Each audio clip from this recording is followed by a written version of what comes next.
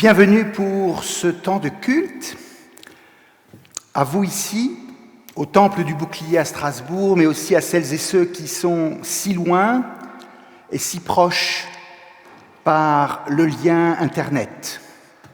Depuis Kehl, depuis, je pense, Albi et d'autres lieux en communion avec nous, ensemble ce matin.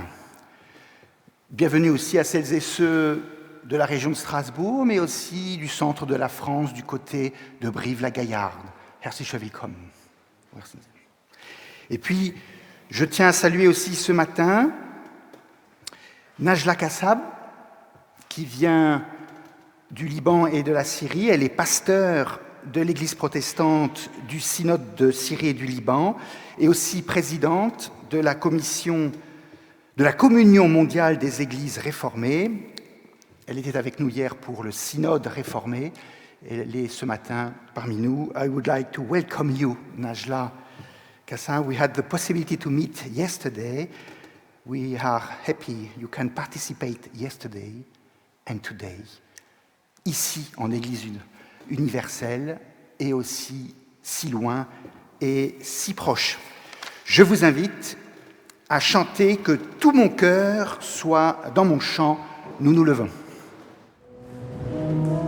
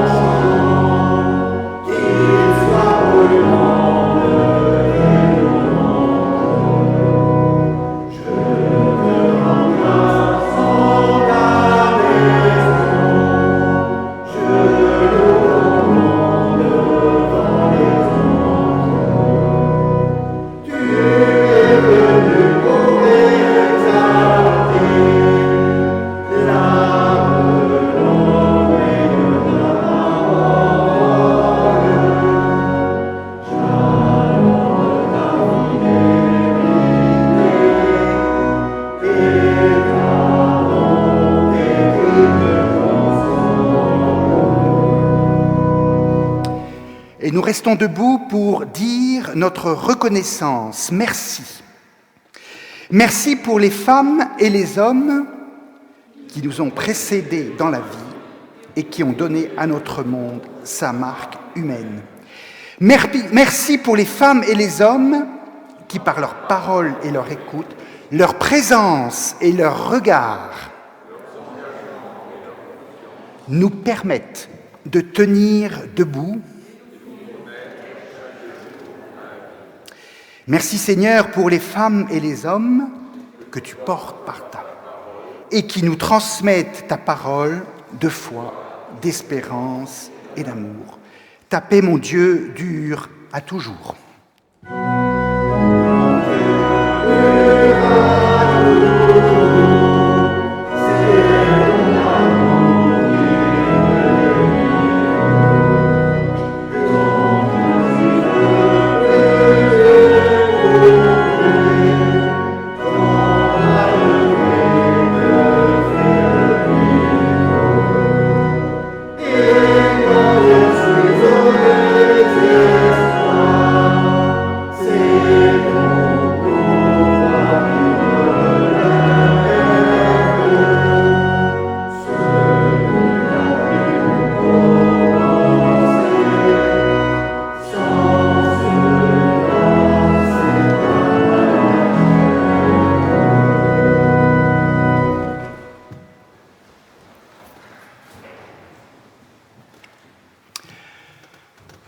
La salutation, l'accueil dit, rappelle la bienveillance, la grâce d'un Dieu qui accueille et qui nous rejoint.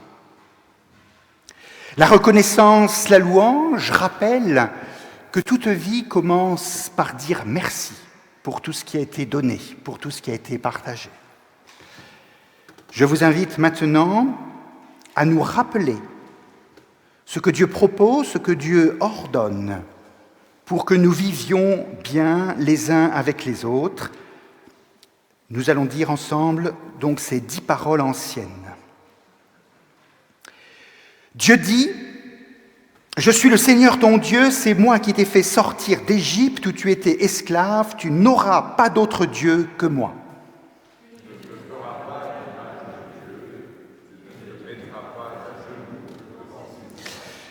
Tu n'utiliseras pas mon nom n'importe comment.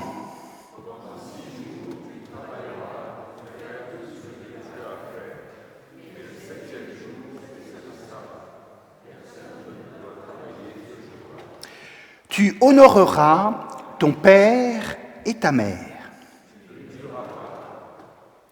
Tu ne commettras pas d'adultère. Tu ne témoigneras pas faussement contre ton prochain. Je vous invite à la prière.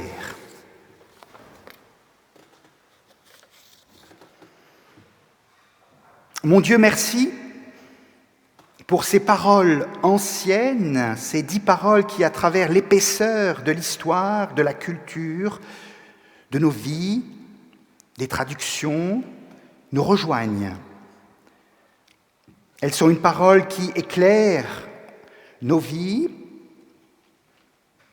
et montre, dévoile, là où bien souvent ça va mal, où nous avons du mal à partager, à respecter, à vivre en humanité les uns avec les autres.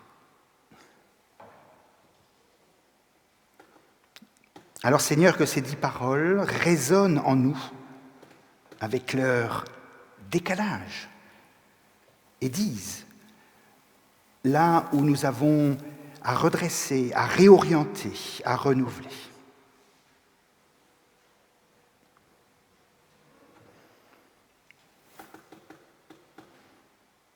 Et si tu mets la barre très haut, si tu attends beaucoup de nous, c'est parce que ta bienveillance, ton attente, ta grâce sont là pour non pas fermer, exclure, figer, mais pour renouveler, pour pardonner, pour ressusciter. merci pour cette présence, pour cette constance, pour cette bienveillance. Amen. Et je vous invite à vous lever à chanter cette histoire d'un Dieu qui nous rejoint et qui délivre. Let my people go.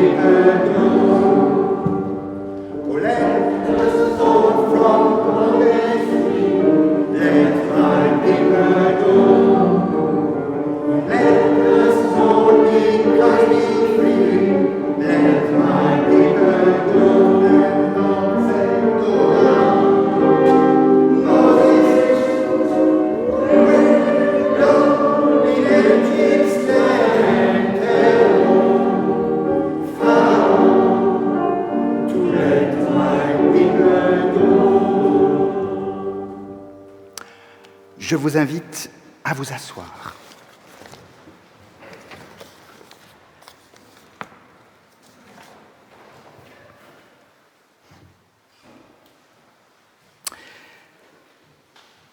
Dimanche dernier, on m'a dit que le texte était dur et pas beau. Cette histoire difficile dans un couple, entre deux pays, où lorsqu'il y a la famine, la difficulté, la fuite, la migration, les relations sont alors dures, pas belles, et Dieu intervient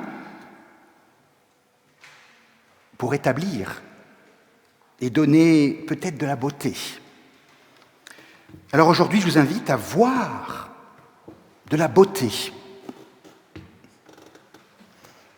C'est le premier.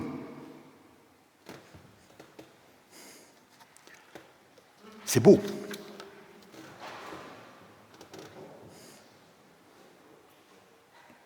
C'est inutile, dérangeant, ça coûte cher. 14 millions. Mein lieber Gott. Mais ça questionne, ça interroge. Qu'est-ce qu'il y a à voir? Qu'est-ce qui est caché? Et qu'est-ce que cet éphémère, inutile, dit d'essentiel? Alors nous écoutons comment des catéchumènes réagissent. 2, 3, 4, 5.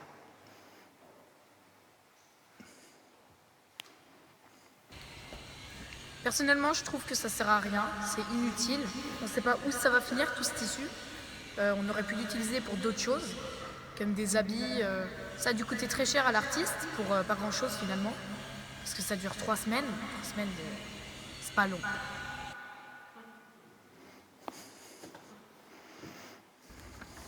Moi je trouve que c'est vraiment inutile. Déjà ça dure 3 semaines, pas plus. Après c'est du gaspillage de tissu. On pourrait faire des vêtements avec des choses utiles, vraiment.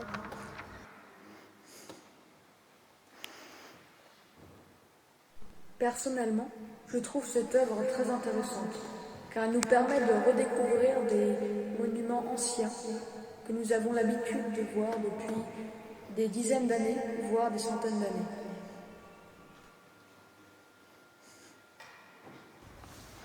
Alors pour moi, ça c'est vraiment quelque chose de positif.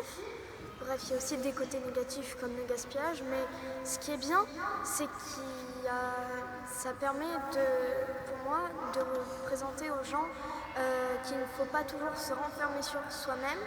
Et comme l'Arc de Triomphe est magnifique, il faut aussi montrer ce qu'on est vraiment et pas toujours se renfermer comme ils l'ont fait. Vous entendez, il y a à la fois de la contestation, ce sont des jeunes protestants, mais en même temps du questionnement. Qu'est-ce qu'on veut montrer? Qu'est-ce qu'on veut voir? Qu'est-ce qu'il y a là derrière? En tout cas, ça ne laisse pas indifférent et on s'en souvient. Alors voici, en 1985, les deux artistes, Jeanne-Claude et Christo, avaient déjà, à Paris, au Pont-Neuf, fait un emballage. C'est l'autre image.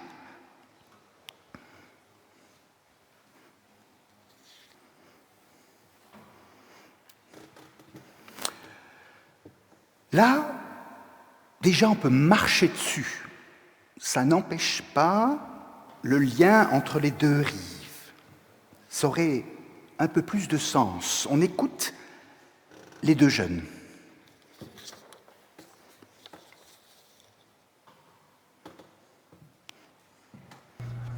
Je trouve le message de l'artiste plutôt intéressant, même si personnellement c'est du gaspillage pour moi et je comprends pas trop où est-ce que ça va finir tout ce tissu.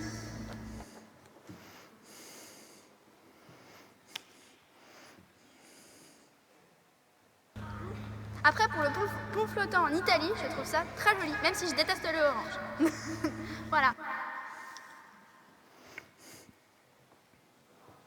Je trouve que le message, c'est cacher un bâtiment qui a toujours été là. Donc ça peut être de prendre soin de quelque chose qui pourra disparaître d'un moment à l'autre. C'est assez poétique, même si ça gaspille, parce qu'avec tout ce tissu, on pourra en faire autre chose, même si ça a donné du travail.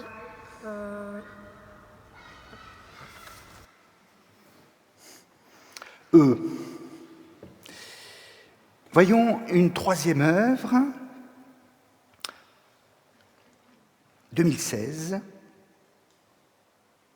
220 000 cubes de polyéthylène, 190 encres, 1,5 million de visiteurs, non, 1,5 million de visiteurs. L'image suivante, c'est l'île.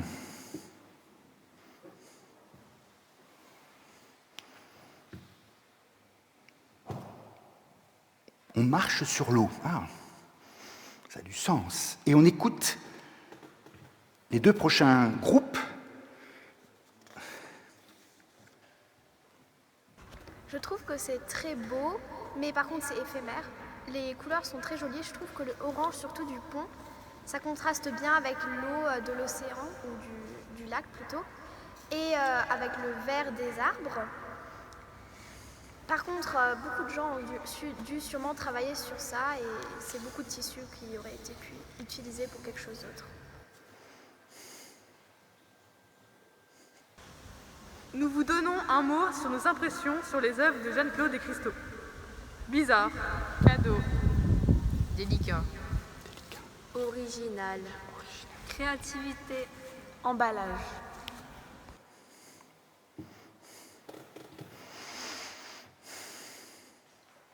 En tout cas, on s'en souvient. Ça marque. Et nous avons mis alors cet événement du monde qui coûte, qui déplace, qui dérange, avec un texte du Nouveau Testament, où là aussi ça coûte très cher, une année de travail, et ça dérange, et ça questionne, et on s'en souvient. Donc Jean-François, c'est toi qui lis dans l'Évangile de Marc, au chapitre 14, et on est dans un moment dramatique, c'est avant l'arrestation de Jésus.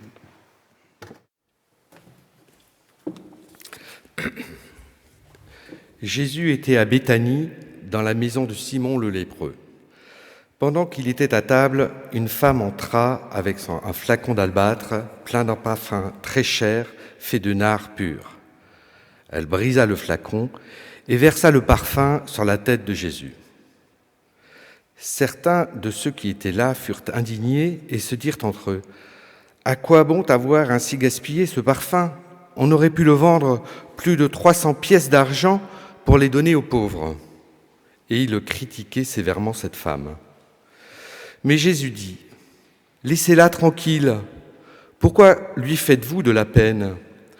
Ce qu'elle a accompli pour moi est beau, car vous aurez toujours des pauvres avec vous, et toutes les fois que vous le voudrez, vous pourrez leur faire du bien. Mais moi, vous ne m'aurez pas toujours avec vous. Elle a fait ce qu'elle a pu. Elle a d'avance mis du parfum sur mon corps afin de le préparer pour le tombeau. Je vous le déclare, c'est la vérité. Partout où l'on annoncera la bonne nouvelle, dans le monde entier, on racontera ce que cette femme a fait et l'on se souviendra d'elle.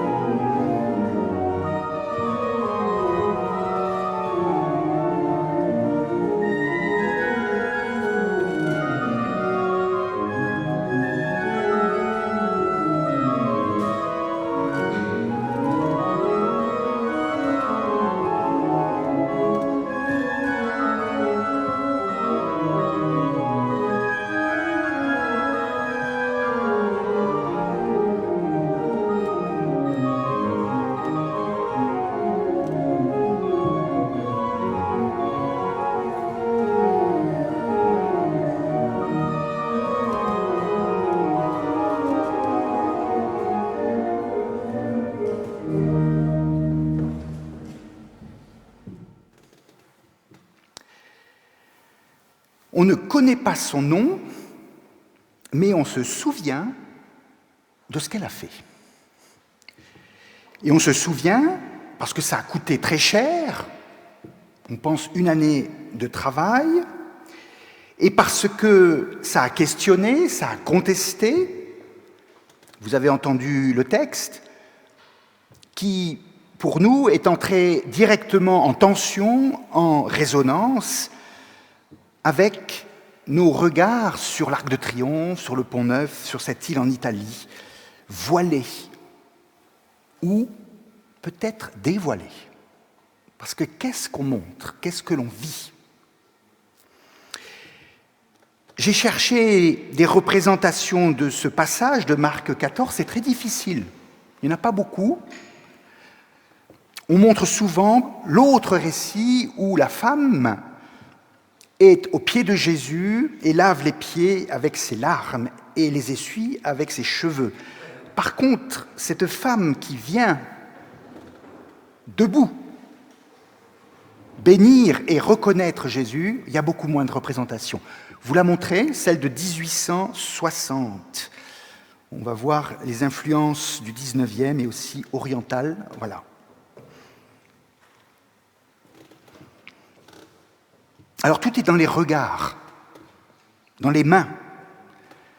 Il n'y a pas de texte, il n'y a pas d'enregistrement, mais ça parle. C'est comme ça que l'artiste dit des choses sans les mots, mais avec le tissu, avec la peinture, avec les représentations. La femme a un voile, et Jésus, lui aussi, une sorte de voile de lumière. C'est elle qui reconnaît, qui s'incline, et Jésus lui aussi s'incline. Certains autour se questionnent, l'un semble désapprouver clairement, détourne le regard, on regarde ailleurs.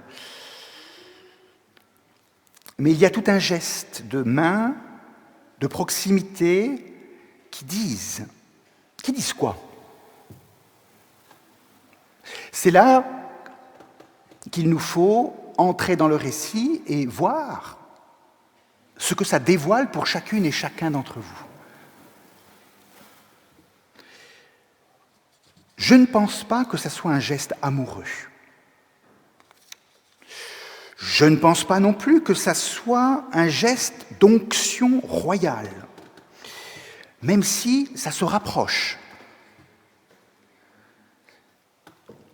C'est du parfum, ça coûte cher, c'est éphémère, ça ne sert à rien. Et pourtant, c'est dans le texte, c'est dans l'Évangile, ça parle et ça reste. J'y vois deux choses. La première, c'est que nous sommes dans un moment dramatique. Le chapitre 14, c'est pas tout le monde il est beau, tout le monde il est gentil, il y a une jolie femme avec du parfum, pas du tout, c'est un moment dramatique. On est juste avant le dernier repas, la scène, c'est-à-dire avant l'arrestation, la torture, l'exécution de Jésus. On est dans la dramatique d'un monde dur, d'opposition, de rejet, d'abandon, d'oubli de ce personnage. Et à ce moment-là, dans ce monde difficile, bouillonnant, inquiétant, dramatique, une personne fait un geste, comme une parenthèse de respiration, de beauté, de gaieté, de joie quasi enfantine. Voilà. On attendrait presque de la musique ou de la danse. Et ce geste, je le comprends d'abord comme une contestation du monde. Dans ce temps et dans ce lieu difficile, il y a au moins une personne qui dit il y a de la beauté, il y a du bonheur, il y a de la vérité, il y a de la joie à vivre, à partager, à croire. La parenthèse, à ce moment-là, c'est une parole forte de contestation.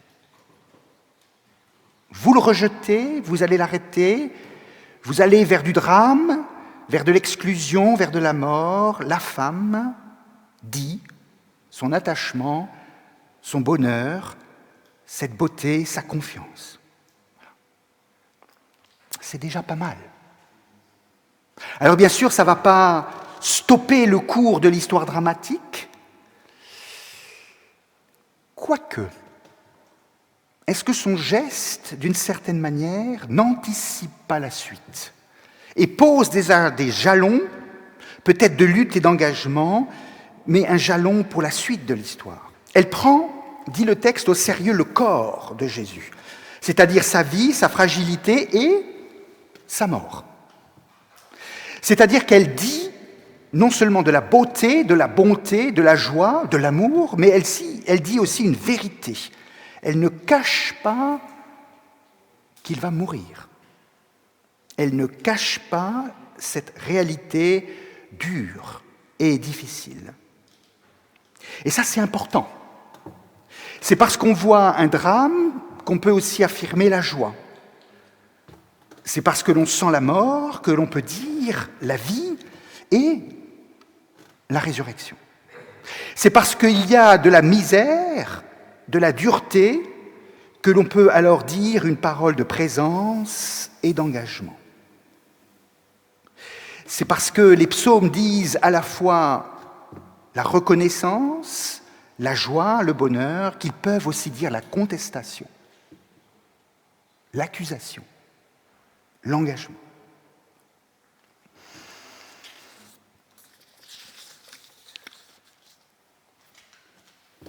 Tout est dit, tout est dévoilé, l'histoire va se poursuivre. C'est une parenthèse. Et pourtant une parenthèse essentielle dans ce récit de l'Évangile qui semble presque la suite de ce qui a tout été vécu et partagé et qui préfigure ce qui va suivre. Est-ce que nous ne vivons pas de tels instants? Peut-être avec du parfum, peut-être face à un tableau comme celui-là, ou d'autres, de Picasso, de Rembrandt, de Dali. Peut-être en écoutant aussi de la musique, comme tout à l'heure, nous écouterons. De la musique qui n'efface pas la cacophonie du monde, mais qui introduit autre chose, à un moment donné, qui va me toucher, qui va me parler, qui va m'émouvoir, comme le prélude de la suite en sol d'Englebert, pour moi. Ou les variations Goldberg, la version de 1981. Et vous? Cela peut être aussi un texte que l'on a lu, que l'on aime relire, parce qu'à un moment donné, ce texte a touché, parce qu'il va peut-être encore toucher, comme le grand inquisiteur de Dostoïevski. Ça peut être un moment passionnant où l'on joue avec sa fille. Ou bien lorsque l'on est en groupe, sur la crête des Vosges au Tanais, et que le silence, à ce moment-là, exprime quelque chose de fondamental. Ça peut être dans un conseil d'administration, lorsque l'on s'engage et que l'on prend des décisions. Ça peut être en écoutant une parole, par exemple de l'ex-pasteur Joachim Gauck, le 18 mars 2012, lorsqu'il est reconnu et qu'il fait son discours de président de la République, « Was für einen schönen Sonntag ». Vous pouvez le réécouter, c'est très fort. Qui se souvient de la femme au parfum? Nous tous, même si on ne se souvient pas de son nom. Et nous avons tous, je pense, ces moments où c'est comme une parenthèse pour dire, pour dévoiler ce qu'il y a derrière ce que nous vivons. Hier, il y a eu une prise de parole sur l'hospitalité,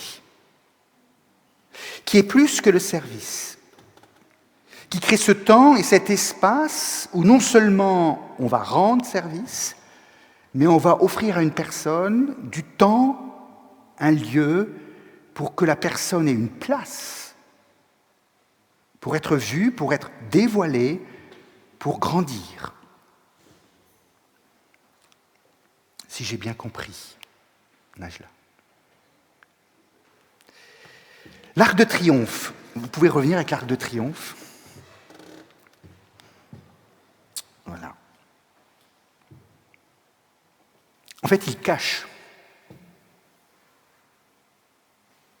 Et il dévoile. Le monument, lui, c'est quelque chose de verrouillé, de fixé, de scellé, de figé, de posé, de terminé, j'ai envie de dire de mort. Le tissu, le gaspillage, l'éphémère m'invite à dévoiler, à voir autre chose. Peut-être à retrouver, à voir ce qu'il y a derrière ce monument, cette histoire, ces côtés glorieux, mais peut-être aussi sombres de notre histoire. Peut-être l'intention qui a été celle des auteurs, de le faire sur une hauteur pour célébrer certaines personnes, et puis en même temps voir qu'il a évolué, qu'en plus de tous les noms des gens que l'on considérait, que l'on considère peut-être encore comme importants, gravés, il y a aussi un inconnu, la flamme d'un inconnu. C'est-à-dire qu'un monument est là aussi pour évoluer, pour être modifié, pour prendre un autre sens, pour être renouvelé. En cachant et en voilant, l'artiste dévoile, invite à voir une autre réalité, une autre vérité, et peut-être à avoir de l'imagination.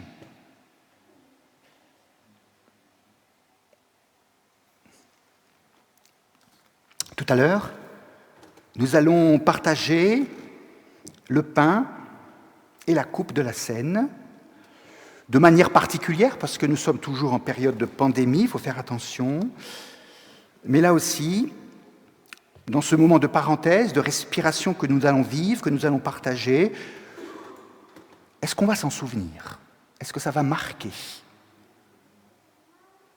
Peut-être que derrière ces gestes qui nous rattachent à toute une histoire, à toute une transmission, qui nous rattache à Jésus-Christ, se vit aussi quelque chose d'essentiel de notre communion les uns avec les autres, de notre communion universelle avec celles et ceux qui sont par Internet avec nous, mais aussi avec le monde entier, qui répète, qui reproduit, qui renouvelle, qui reimagine ce partage essentiel des femmes et des hommes autour d'une table et des femmes et des hommes avec Dieu, en mémoire de Jésus-Christ, en espérance de son retour.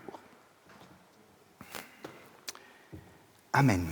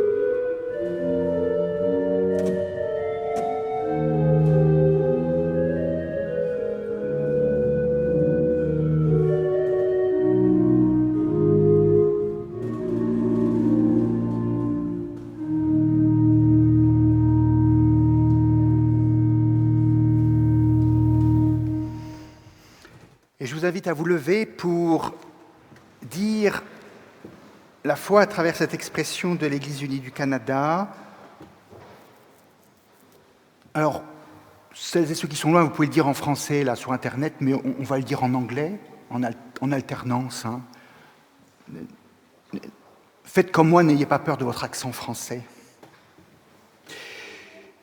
Alors, c'est en anglais sur la feuille, hein, et vous avez la traduction. We are not alone, we live in God's word.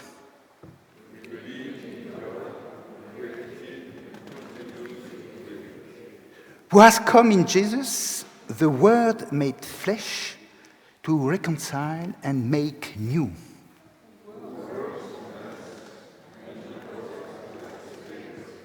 We trust in God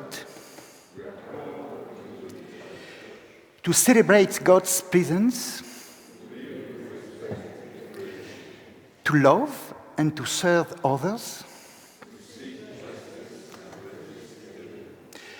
to proclaim Jesus crucified and risen, our judge and our hope.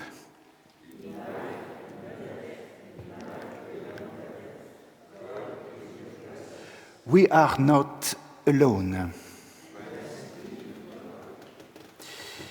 Et je vous invite à chanter le cantique suivant, la strophe 1 et 3, Jérôme. La strophe 1 et 3, Mon Rédempteur est vivant. C'est la mélodie du 34-15, mais pas les paroles. La strophe 1 et 3.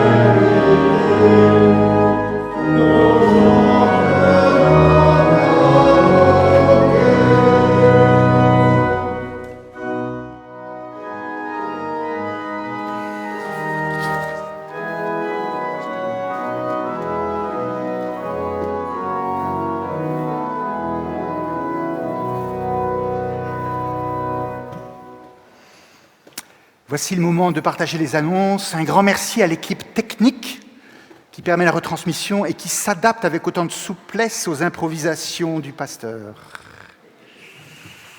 Et non, ils sont bons. Hein. Merci Anne-Marie aussi pour les adaptations de dernier moment.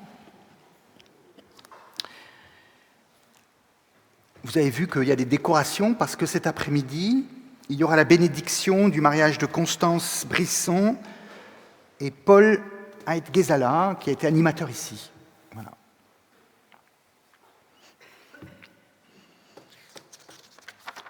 Une bonne partie d'entre nous, alors je ne sais pas s'ils sont en lien avec nous dans les Vosges, c'est le week-end de dimanche en fête, avec toute l'équipe dans les Vosges.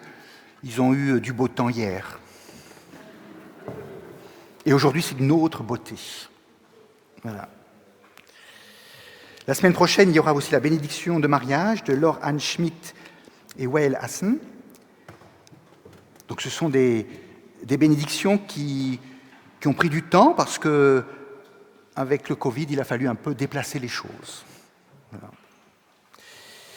Hier, nous avons eu le synode de l'Église protestante réformée d'Alsace-Moselle.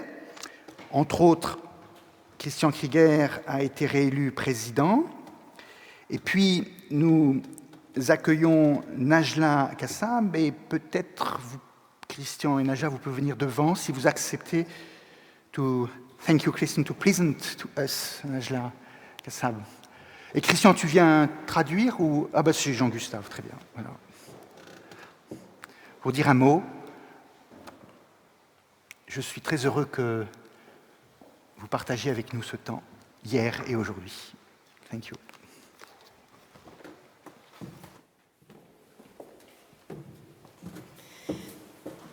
Please.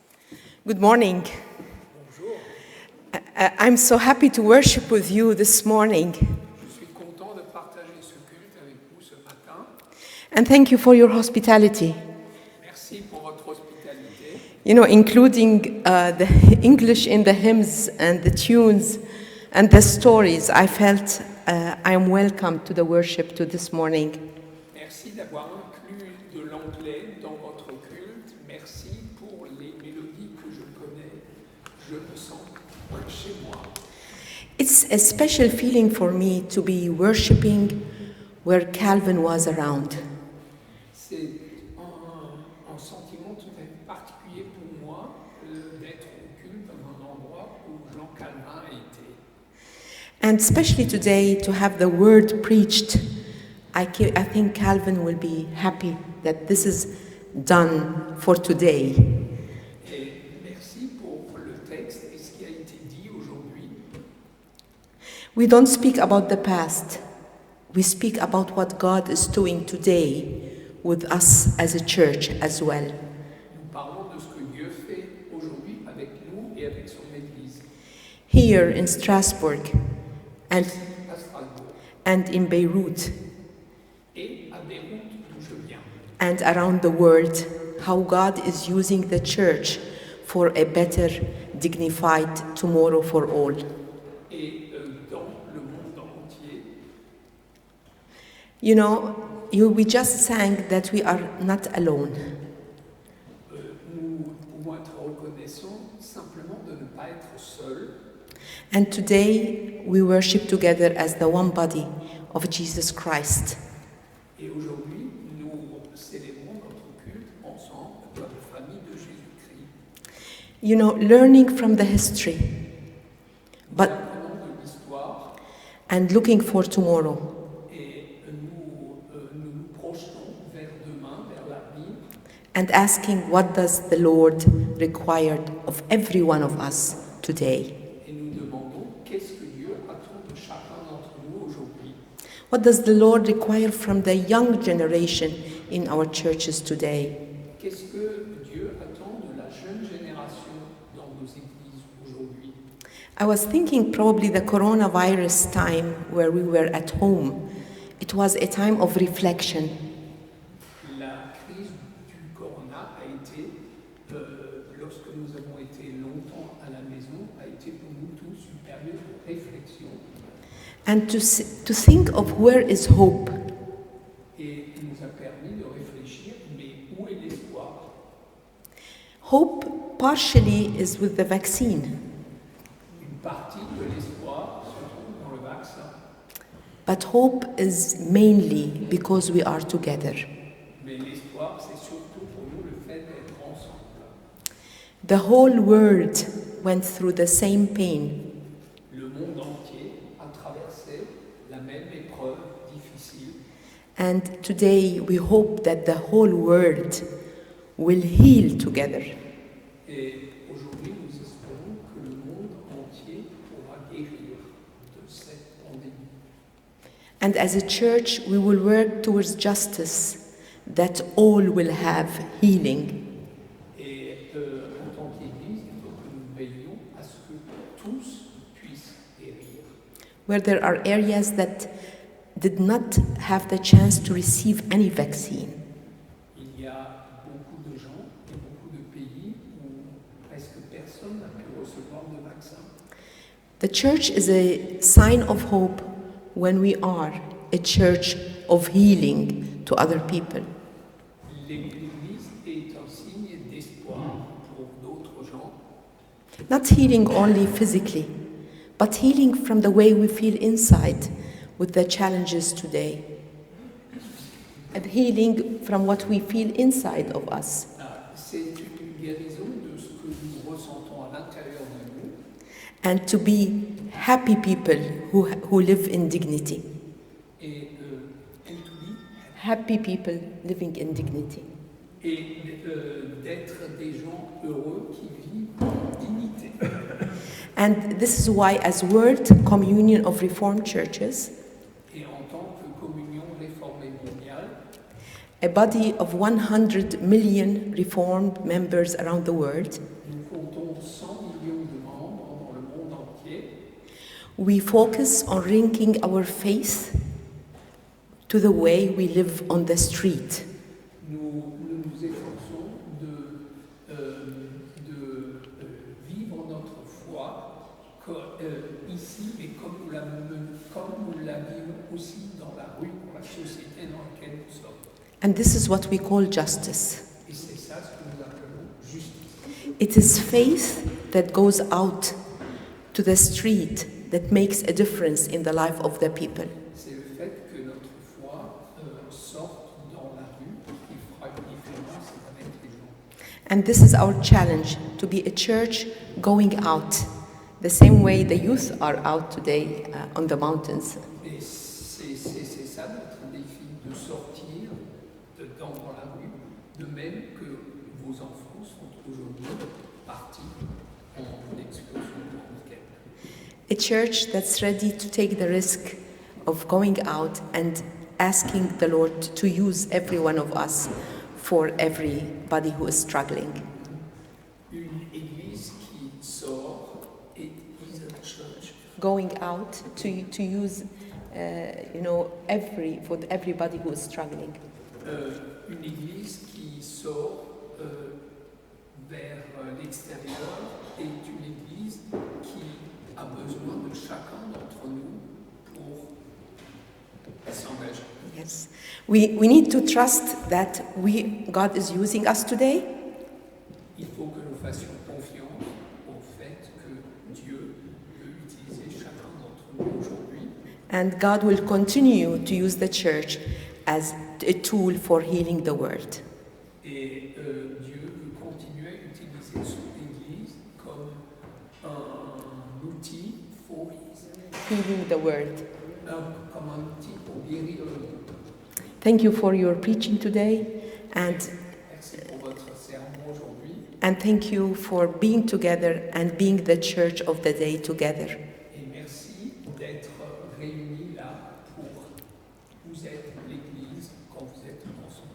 Thank you very much. Have a blessed day. Thank you.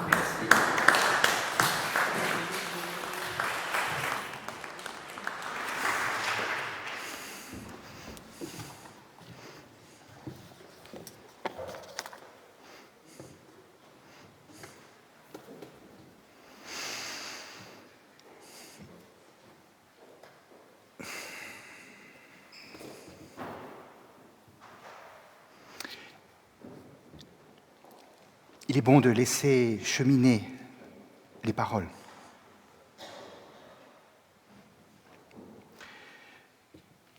Je vous inviterai à l'offrande à la sortie, sauf celles et ceux qui sont sur Internet. Là, vous avez 3 clics. Voilà.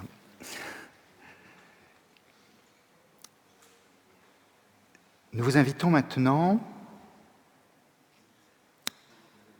à ce geste éphémère, inutile, mais si fondamental pour la communion des uns avec les autres et la communion de Dieu avec nous.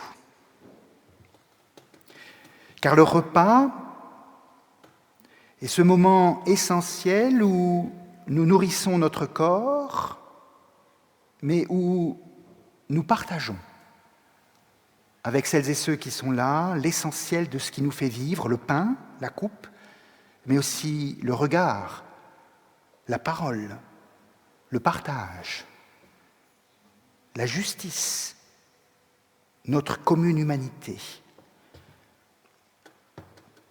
Et depuis ce dernier repas de Jésus avec ses disciples, nous disons, nous affirmons au moment de ce repas la présence de Dieu et sa communion avec nous par l'Esprit Saint.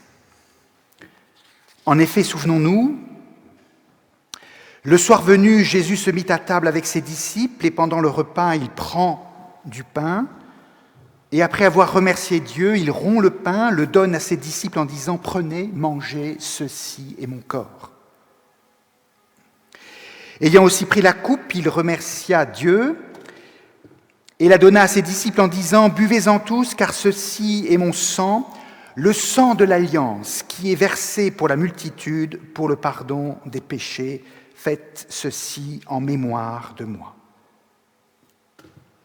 Je vais vous inviter à former un cercle autour de la table, peut-être derrière le piano et sur les côtés, avec les distances réglementaires et la possibilité pour les couples, les familles d'être plus proches.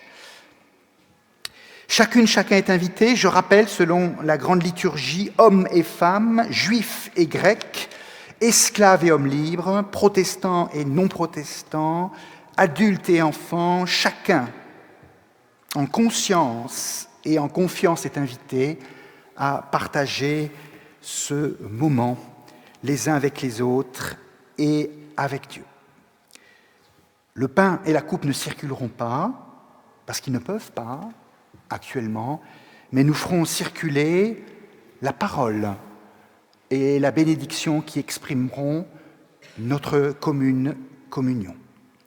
Venez, car tout est prêt autour. Voilà. Et nous chanterons en cercle « À toi la gloire » et nous recevrons aussi la bénédiction en cercle. Prenez les feuilles. Les personnes pour lesquelles la station debout est difficile peuvent aussi s'asseoir sur le banc. Formez le cercle et 1,50 m. Eliane, tu peux venir plus proche. Peut-être derrière le piano pour faire un grand cercle. Simone, rapprochez-vous un peu là. C'est 1,50 m ou Irène. Voilà.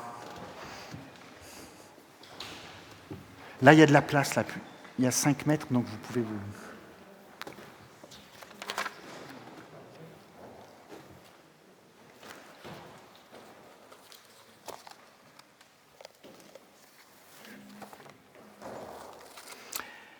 Je vous invite à la prière.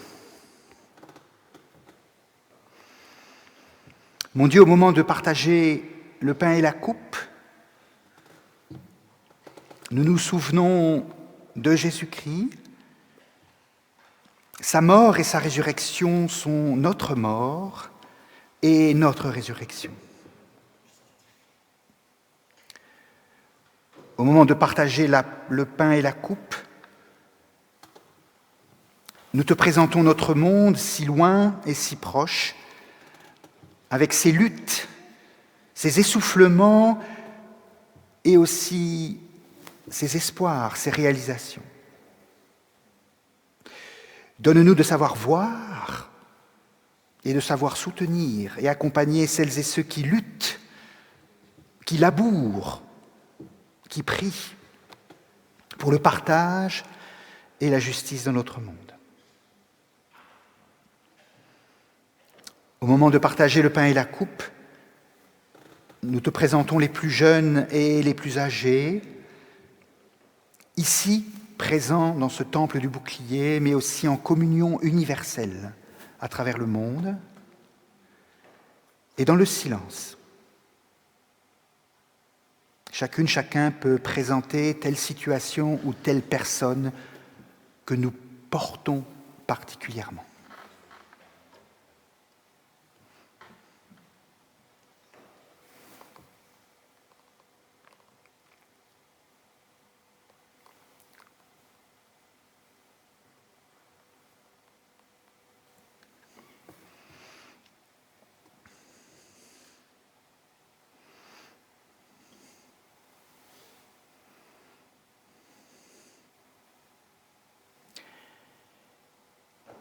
And we can pray together. Et toutes nos prières sont dans la prière de Jésus qui a dit « Notre Père qui es aux cieux, que ton nom soit sanctifié, que ton règne vienne, que ta volonté soit faite sur la terre comme au ciel. Donne-nous aujourd'hui notre pain de ce jour. Pardonne-nous nos offenses, comme nous pardonnons aussi à ceux qui nous ont offensés. Et ne nous laisse pas entrer en tentation, mais délivre-nous du mal, car c'est à toi qu'appartiennent le règne, la puissance et la gloire pour les siècles des siècles. Amen. Le pain que nous rompons est communion au corps de notre Seigneur Jésus-Christ qui a été donné pour nous. Et la coupe de bénédiction pour laquelle nous remercions Dieu est communion au sang de notre Seigneur Jésus-Christ qui a été versé pour la multitude.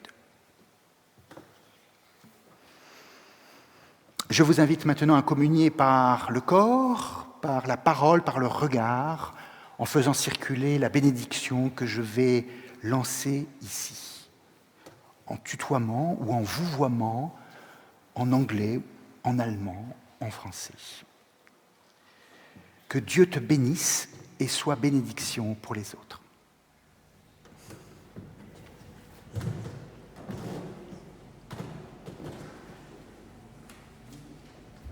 Que Dieu te bénisse et Dieu soit bénédiction pour vous et pour les autres.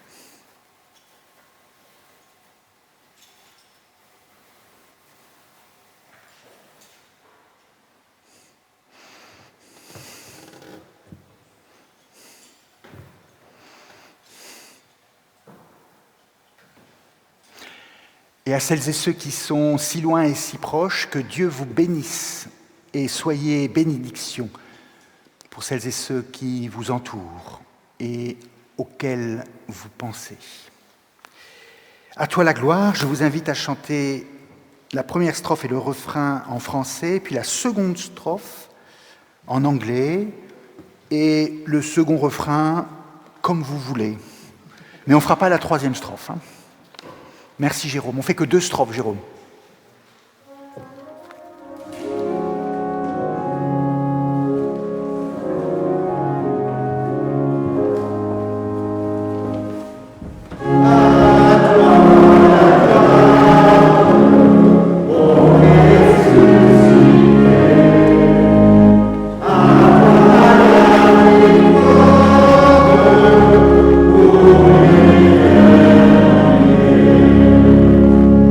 We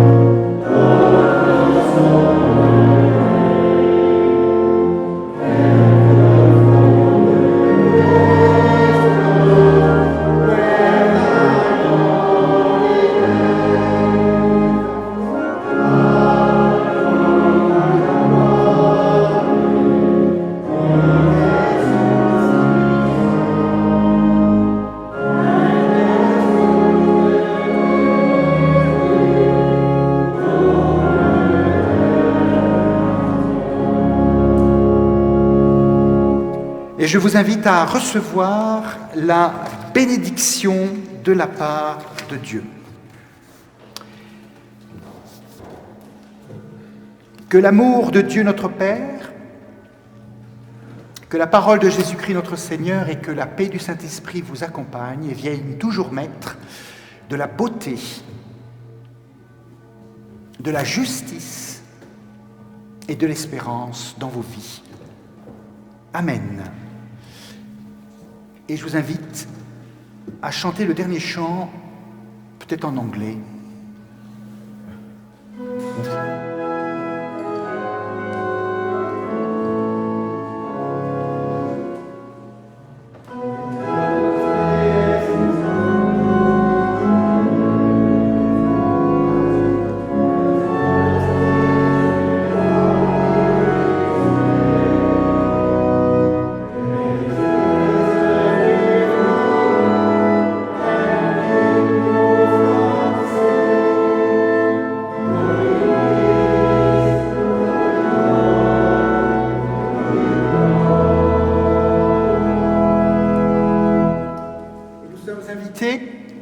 À la sortie, alors non seulement il y a l'offrande qui sera là, mais on va le faire dehors, hein. Il y a droit des tables et un moment. On le fait dedans, l'apéritif. How do we do?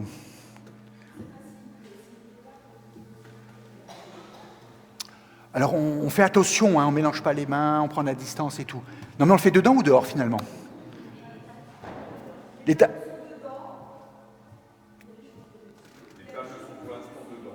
Donc on le fait dedans. On va sortir les tables, il pleut pas, c'est quand même mieux. Hein. Oh, je suis embêtant, le pasteur. Ja, mein lieber Gott.